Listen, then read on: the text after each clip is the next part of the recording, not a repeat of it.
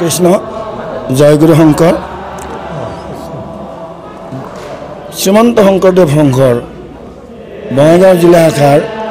জ্যোতিনগৰ এখন প্ৰাথমিক এই প্ৰাথমিকখনে ইয়াত এই কাৰ্যালয়টো প্ৰতিস্থাপন কৰাৰ আজি 25 বছৰ অতিক্ৰম হৈ গ'ল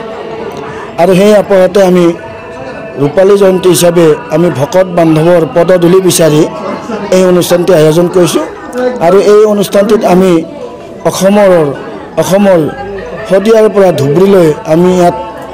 বাপসকল ভকতসকলক আমি নিমন্ত্ৰণ জনাইছিলোঁ আৰু তেখেতসকলে আমাক ইয়াতে পদধূলি দি আমাক কৃতাৰ্থ কৰিছে আৰু আমাৰ বেংগলৰ পৰা আমাৰ এইটো অনুষ্ঠান আছে কোচবিহাৰ আৰু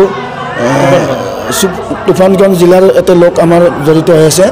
গতিকে এই সকলোকে সামৰি আমি এই ৰূপালী জয়ন্তীটোৰ লগতে আমি এই ভকতসকলক আদৰাৰ অনুষ্ঠান এইটো তেখেতলোকক আদৰাৰ অনুষ্ঠান এইটো আৰু সেইকাৰণে তেখেতসকলক আদৰি আনি আমি ইয়াতে সেৱা শুশ্ৰূষা কৰাৰ কাৰণে যি অনুষ্ঠানটো ইয়াতে পাতিছোঁ এইটো ভকতৰ এটা অনুষ্ঠান গতিকে আমি সেৱাৰ অনুষ্ঠান আৰু আমি এই অনুষ্ঠানটো দুদিনীয়া কাৰ্যসূচী পাতিছোঁ এই দুদিনীয়া কাৰ্যসূচীৰে হ'ল প্ৰথম দিনা আমাৰ যুগল নামেৰে আমাৰ এই অনুষ্ঠানটো শুভ আৰম্ভ হৈছে প্ৰথম দিনৰ কাৰ্যসূচীত আমাৰ স্মৃতি গ্ৰন্থ উন্মোচন আছে তাৰপিছত আমাৰ সম্বৰ্ধনা অনুষ্ঠান এটা আছে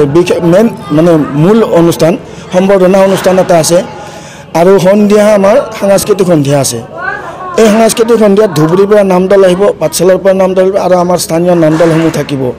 তাৰপিছত প্ৰথম দিনাৰ এই অনুষ্ঠান দ্বিতীয় দিনৰ অনুষ্ঠানত আমাৰ মূল আকৰ্ষণ হৈছে আমাৰ এখন ধৰ্মালোচনী সভা হ'ব এই ধৰ্মালোচনী সভাখনত আমাৰ মাননীয় পদাধিকাৰ শ্ৰীমন্ত শংকৰদেৱ সংঘৰ পদাধিকাৰ ইয়াত উপস্থিত থকাৰ কথা যদি ভগৱানে কৃপা কৰে তেখেতে নিশ্চয় উপস্থিত হ'ব কাইলৈ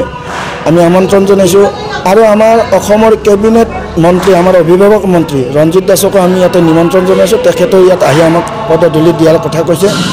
আৰু কালিৰ মুখ্য আকৰ্ষণ দুটা বস্তু আছে এটা হ'ল ভাগৱত শোভাযাত্ৰা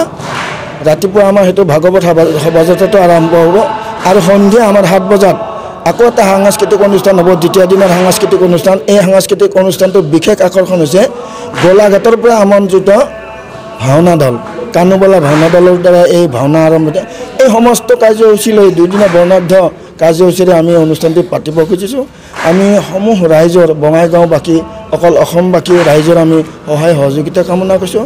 আপোনালোকৰ আমাৰ যি মিডিয়াৰ বন্ধুসকল আছে আমাৰ সুহৃদসকল আছে তেখেতসকলৰ পৰা আমি সহায় সহযোগিতা কামনা কৰিছোঁ আৰু সকলোৰে সহায় সহযোগিতা এই অনুষ্ঠানটো যিটো এটা উৎকৰ্ষ হৈছে ভাবিছোঁ আমি সঁচাই কৃতাৰ্থ মানিম আপোনালোকৰ সহায় সহযোগিতা আমি কেতিয়াও নাপাহৰিম আৰু এয়ে আমাক সুদূৰ ভৱিষ্যত এই অনুষ্ঠানটো আৰু মহান কৰাৰ কাৰণে আৰু উৎকৰ্ষ সাধন কৰাৰ কাৰণে নিশ্চয় আমাক প্ৰেৰণা দিব এইখিনি আমি কামনা কৰিছোঁ ভগৱন্তৰ আশীষ বিচাৰিছোঁ আপোনালোকৰ সহায় সহযোগিতা বিচাৰিছোঁ কৃষ্ণ